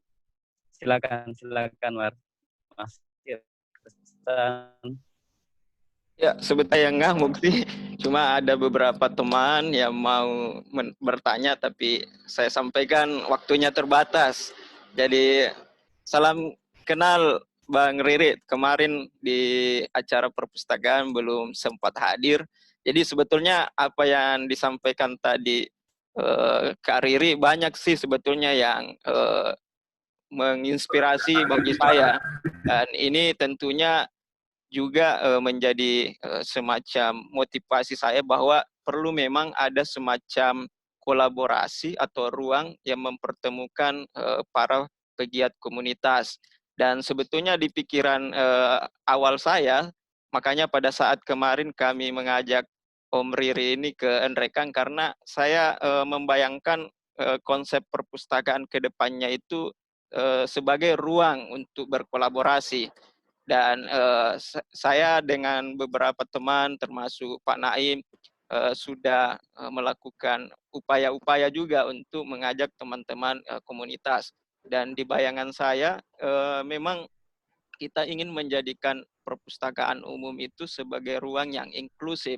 Jadi kalau di lain tempat mungkin ruang kolaborasi itu sifatnya komunitas, swadaya. Nah, dari sisi saya inginnya sih perpustakaan itu menjadi ruang yang betul-betul punya inklusivitas. Dan kalau di bayangan saya ke depannya mau bila misalnya film pendek jadi tempat perpus jadi tempat pemutaran film pendek perdana. Jadi ini yang kita mau dorong karena sebetulnya di Enrekang banyak sih komunitas-komunitas yang sudah lahir, yang sudah berkembang. Cuma memang itu tadi tantangannya. Nah, kami mencoba untuk masuk di situ, mengajak teman-teman, walaupun mungkin tantangannya akan berbeda. Mungkin ada pengalaman-pengalaman dari Kak Riri, bagaimana misalnya kalau ini kan sifatnya kalau perpustakaan umum ada embel-embel birokrasinya, jadi mungkin ada masukan bagaimana kalau misalnya perpus umum memfasilitasi dan apa yang perlu kami harus mulai untuk mengajak semua kelompok-kelompok, walaupun tadi disebutkan bahwa tidak mudah karena akan banyak perbedaan-perbedaan. Nah, yang terakhir ini pertanyaan yang ingin saya ajukan juga mengenai karya-karya Kak Riri selama ini kan mungkin ada semacam prinsip atau ideologi tertentu di dalam pembuatan film Kak Riri. Di samping saya juga mendengarkan tadi bahwa film yang dibuat itu ya tentu untuk publik, ya, tentu berdasarkan juga pasar. Nah, bagaimana kira-kira mengkompromikan antara motif-motif semacam ideologi, ataukah memang Kak Riri ini ikut pasar saja atau memang ada semacam prinsip tertentu yang ingin dimasukkan di dalam setiap film sehingga nanti bisa dikompromikan. Itu saja mungkin terakhir. Terima kasih. Saya ucapkan terima kasih banyak kepada Kak Riri yang berkesempatan berpartisipasi dalam kegiatan Festival Online Literasi Masa Depan. Terima kasih Kak Riri. Ya. Oke, terima kasih banyak ya Irsan udah mengupayakan ini, dan saya sekali lagi senang sekali bisa berkomunikasi lagi dengan teman-teman. Tentu saja kita harus bersyukur kalau ada yang bersedia menyediakan fasilitas. Tetapi menurut saya harus dibuat sebuah rencana dan negosiasi dan kejelasan misalnya pada aspek-aspek legalitasnya. Legalitasnya itu maksudnya gini, betul-betul ada semacam penunjukan yang jelas terhadap komunitas dengan penanggung jawab. Komunitasnya juga harus dibentuk dulu, mau secara hukum maupun secara kesepakatan gitu. Tetapi komunitas yang mengelola ini jelas. Dan kemudian ada rentang waktu dan istilahnya dukungan yang tercatat dengan baik dari pemerintah. Misalnya kalau perpustakaan itu ingin diserahkan ke komunitas selama berapa lama? Misalnya 10 tahun. 10 tahun itu prosesnya itu seperti apa? Misalnya penjajakan selama 2 tahun, kemudian ada penjajakan dan persiapan proposal pengembangan selama 2 tahun, kemudian Setelah proposalnya diterima, dibangun menjadi fasilitas yang lebih baik. Di situ ada ruang pemutaran filmnya misalnya, di situ ada pusat kayak co-working space gitu ya. Di situ juga ada sarana untuk ekonominya. Jadi ada kedai, ada semacam box-box untuk komunitas misalnya mengadakan kegiatan ekonomi, dan tempat untuk pelatihan misalnya. Itu semua harus dimanfaatkan selama berapa tahun. Itu menurut saya penting. Jadi jangan hanya menerima, tapi siapkan kondisi-kondisi supaya proses kita menerima itu adalah proses yang bertanggung jawab. Itu awalnya menurut saya. Dan kemudian dia bisa betul-betul optimal dalam penggunaannya. Ya, mudah-mudahan itu menjawab sih. Intinya saya sih senang sekali kalau bisa dapat, misalnya Rumata itu dapat sarana dari pemerintah gitu ya, dikasih oleh pemerintah Provinsi Makassar untuk menggunakan gedung kesenian Makassar yang megah itu. Kita mau aja, asal kami punya hak untuk mengelola dan mengajukan konsepnya dengan baik gitu. Dan pemerintah menjalankannya juga dengan konsisten. Jangan tiba-tiba kalau ada misalnya ada persoalan dengan kepala dinasnya gitu, tiba-tiba legalitas berhenti, proses berhenti. Itu harus dihindari loh. Itu kenyataan birokrasi. Jadi jangan cepat percaya sama birokrasi. Karena kenyataan birokrasi juga berbeda. Bisa jadi kepala dinas tiba-tiba diganti. Bisa jadi bupati tiba-tiba kena masalah. Tiba-tiba semua berganti. Atau misalnya ada ponakannya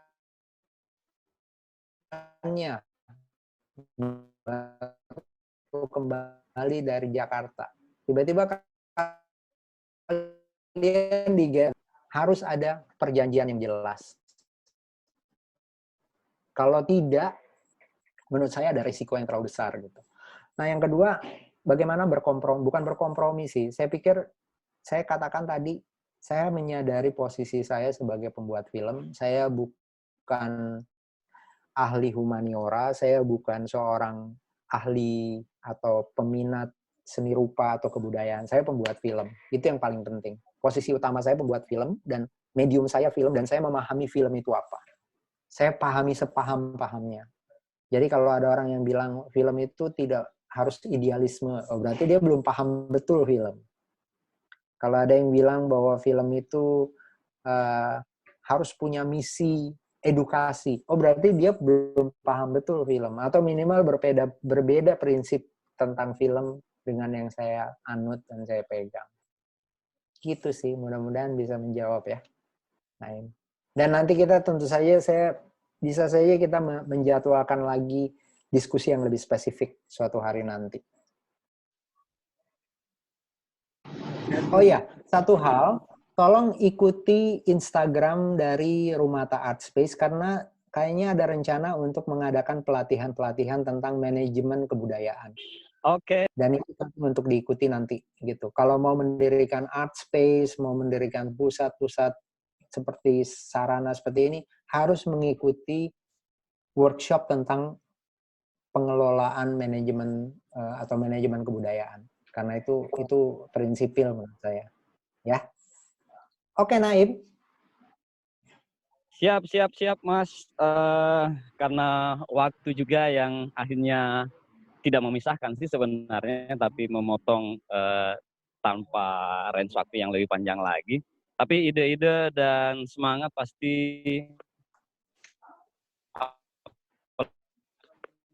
lagi saya ini sangat sesuai pastinya. Terima kasih atas waktunya teman-teman juga. Mungkin masih ada pertanyaan, tapi sesi ini kita sudah tutup. Semoga ada perjumpaan fisik yang lebih instan nantinya, dan kita berharap ini adalah langkah awal bagi kita untuk bertumbuh bersama-sama. Terima kasih. Saya akhiri. Assalamualaikum warahmatullahi wabarakatuh. Terima kasih. Salam semua teman-teman.